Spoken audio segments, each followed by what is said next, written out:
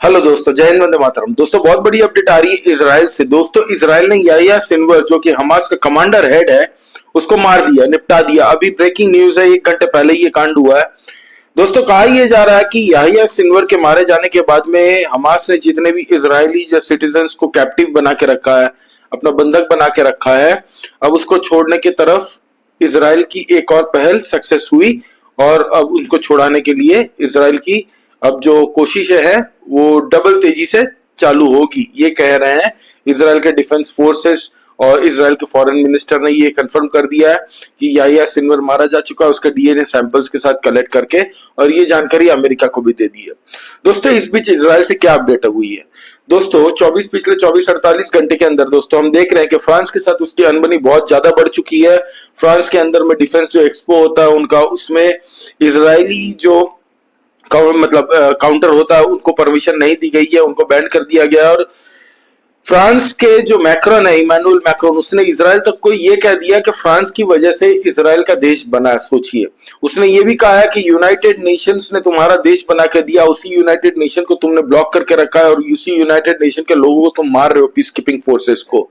जिसका जवाब Benjamin Netanyahu media के सामने आके तुरंत देते हैं, और उसने कहते हैं कि भाई, इजराइल की जो आजादी हुई, इजराइल जो मुल्क बना, ये इसराइलियों ने खुद लड़ के बनाया है, इसमें किसी का हाथ नहीं था। यूनाइटेड नेशन ने तो खाली साइन किया था, बाकी लड़ के, जिस दिन से हमारा मुल्क बना है तब से हम वॉर लड़ रहे हैं। कि जैसे ही मुल्क बना था दोस्तों 1948 में, तब से दोस्तों इनके ऊपर 5 अचानक से मुल्क मिलके एक साथ में हमला कर देता है, जिसको इसराइल 6 डे वॉर कहा जाता है। ये बहुत ऐतिहासिक वॉर है दोस्तों, 6 दिन चलती है ये वॉर में।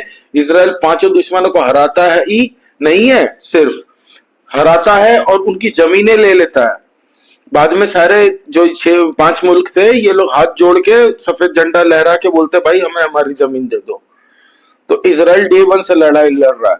तो इसके बाद में दोस्तों क्या होता है कि जो इटली है, इटली की मेलानी मैम साहब ने, उन्होंने यही कहा कि इटली के सारे टाइज इसराइल के साथ बंद होंगे। इसराइल के ऊपर जितने भी कंपनी है उनके ऊपर एम्बार्गो लगा दिया, सैंक्शन लगा दिए कि हम इसराइल की कोई डिफेंस सप्लाई नहीं करेंगे, और उनकी जितनी भी कंपनियां हैं उनके साथ कोई डील नहीं होगी 7 अक्टूबर तक। 7 अक्टूबर के बाद में जितनी भी डील हुई है वो सब कैंसिल। तो दोस्तों, अभी हुआ यह है कि सिनवर को मार दिया। सिनवर के मारे जाने के मायने क्या है? याहिया सिनवर जो है ये दोस्तों इस्माइल हानिया के मारे जाने के बाद में हुआ। इस्माइल हानिया वही है जो हेड कतर में बैठा रहता था, बिलियनियर है, हमास का हेड कहा जाता था। वो दोस्तों ईरान गया हुआ था, ईरान के नए प्रेसिडेंट के शपथ ग्रहण समारोह में। तो वहां पे हुआ ये था कि उसको चीफ गेस्ट के हिसाब से इनवाइट किया गया था। वो गया था वहां पे एज ए चीफ गेस्ट। फिर उसके बाद में ईरानियन रेवोल्यूशनरी गार्ड का जो हेडक्वार्टर होता है, वहां पे बहुत सारे फ्लैट्स रहते, मकान है, तो उसी में वो चीफ गेस्ट को रखा गया था, याहिया सिनवर, सॉरी, इस्माइल हानिया को।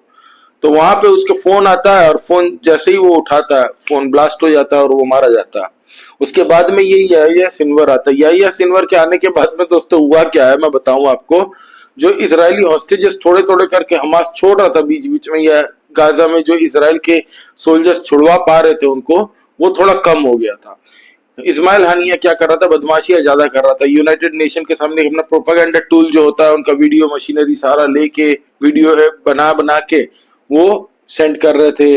और अपने जो यूनाइटेड नेशन के अंदर, आपको तो पता ही है, गाजा पट्टी वालों के लिए भी समर्थन देने वाले बहुत सारे हैं, तो उनको फोर्स करता था कि आप हमें एड दीजिए, इजराइल हमें ये कर रहा है, वो कर रहा है। लेकिन आज तक यूनाइटेड नेशन ने ये नहीं कहा कि जितने इजरायली हॉस्टेजेस तुमने पकड़ के रखा, मासूम बच्चों को, वो औरतों को, और जितने लोग मारे गए, ये गलत है, उनको पहले सौंप दो। ये दोस्तों वॉर एस्केलेट ही नहीं होती अगर ये सारे सिविलियंस को सौंप देता ना हमास। तो आज अगर सौंप देता है तो इसराइल फिर भी ठंडा हाथ रखने की सोच सकता है, लेकिन इसराइल ने कसम खा रखी है कि हम इनको छोड़ेंगे नहीं, चाहे वो हमास हो, हिजबुल्लाह हो, हौती हो। हौती के ऊपर की एक अपडेट आपको दे दूं दोस्तों जाते जाते, कि यूएस बॉम्बर जो जेट है, B-2 बॉम्बर, वो बॉम्बर से कहा जा रहा है दोस्तों, हौती के जो बेस बंकर है यमन के अंदर में, वहां पे अमेरिका ने बम बरसाए हैं।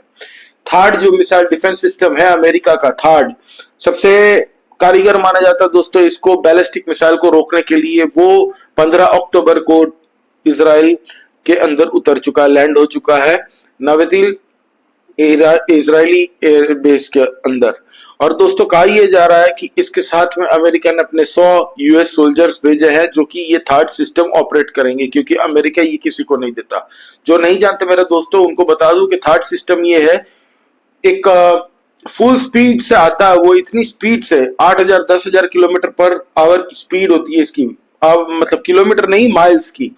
वो इतनी स्पीड से जाके बैलिस्टिक मिसाइल को हिट करता है कि बैलिस्टिक मिसाइल हवा में ही ब्लास्ट इंटरसेप्ट हो जाता है, फट जाता है। तो इसकी एक्यूरेसी कहा जाता है दोस्तों 95% से ज्यादा है। अब इसराइल को ये क्यों जरूरत थी दोस्तों? इसराइल तैयारी कर रहा था कि अगर मैं ईरान के ऊपर में हमला करता हूं तो मेरे ये डिफेंसेस हमारे तैयार होने चाहिए, ताकि ईरान तो रिटेलिएट करेगा। और इस बार वो कहा जाता है कि रशिया और चाइना भी उसके साथ में है, तो इसराइल कोई चांस लेना नहीं चाहता, इसलिए उसने अमेरिका को कह दिया कि तुम अपना थर्ड सिस्टम ले जाओ। अमेरिका थर्ड सिस्टम किसी को नहीं देता दोस्तों, उनके F-22 रैप्टर जैसे हैं, किसी को वो नहीं देते। उसी तरह से थर्ड सिस्टम भी किसी को नहीं देता। सऊदी अरेबिया ने हालांकि ऑर्डर दिया हुआ था, अभी तक सऊदी अरेबिया को वो ऑर्डर मिला नहीं है, क्योंकि 7 अक्टूबर के बाद में जो हुआ तो अमेरिका ये डिले कर रहा है। अमेरिका ने अभी तक सऊदी अरेबिया को ये दिया नहीं है। तो ये थर्ड सिस्टम दोस्तों बहुत महंगा आता है।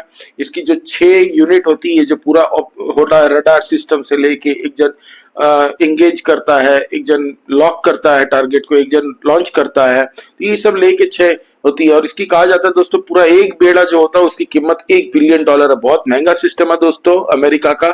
और कहा यह जा रहा है कि अमेरिका ने अपना बेड़ा जो है समुद्र में भी पोजीशनिंग कर ली है इसकी। और यमन के अंदर में हौती जो बंकर्स है वहां पे ताबड़तोड़ अमेरिका ने B-2 बॉम्बर से बम बरसाए हैं। और दोस्तों लेबनान और बेरूत के अंदर में इजराइल का ऑपरेशन बहुत दिन धड़ल्ले से चल रहा है। बीच में इजरायली सैनिकों को भी जख्मी होने की खबरें आ रही है अच्छी खासी, जो कि ग्राउंड में जा रहे हैं और ग्राउंड में आमना सामना हो ही रहा है। हिजबुल्लाह के आतंकवादी कहीं छुपे होते हैं तो उनपे ऊपर धावा बोल हमला कर देते हैं, जिससे क्या होता है कि इजरायली सैनिक जख्मी हो जाते हैं और उनको हेलीकॉप्टर से इवैक्यूएट करके इजराइल लाया जा रहा है।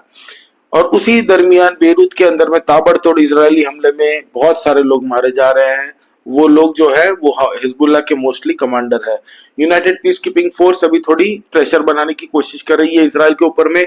इसराइल को ये कह रही है कि आपको जितना भी एड हम लोग गाजा के लिए भेजे आप उसको पास होने दीजिए, गाजा को एड देने के लिए आप रोकिए मत हमें। अमेरिका से प्रेशर दिलवा रहा है यूनाइटेड नेशन, और अमेरिका ने भी ये कह दिया है, कमला हैरिस और जो बाइडेन ने, कि अगर तुम गाजा की एड रोकोगे तो भाई हम तुम्हें जो वेपन्स देते हैं उसमें कटौती करेंगे।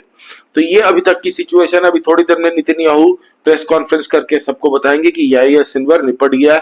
इसकी वीडियो जो आई है दोस्तों और जो फोटो लिए गए हैं वो दिखाने लायक नहीं है यहाँ पे इस प्लेटफॉर्म पे। और आप लोग प्लीज सब्सक्राइब कीजिए, कुछ भी नया अपडेट आता है तो हम शेयर करेंगे आपके साथ। Please subscribe this channel, like this video and comment करके बताइए आपको क्या लगता है दोस्तों, ईरान इससे कितना रैटल्ड होगा। ईरान जबरदस्त रैटल्ड होने वाला है दोस्तों इस मैटर से, क्योंकि जो हमास का हेड था, अभी कोई हिजबुल्लाह का हेड नहीं बनना चाह रहा। उसी तरह से हमास का भी यही हो गया कि हमास का हेड किसी को नहीं बनना, क्योंकि सबको पता है जो भी हमास का हेड हिजबुल्लाह का हेड बनेगा इजराइल की हिट लिस्ट में सबसे पहले नाम उसका ऑटोमेटिकली चढ़ जाएगा बिना बताए। तो इजराइल को ये पता है दोस्तों कि कहाँ है कौन छुपा। इजराइल बस अपना टाइम के लिए खेल रहा है, वो अपने टाइम पे मार रहा है, अपने हिसाब से मार रहा है। तो ये अपडेट है दोस्तों, प्लीज सब्सक्राइब दिस चैनल। जय हिंद, वंदे मातरम दोस्तों।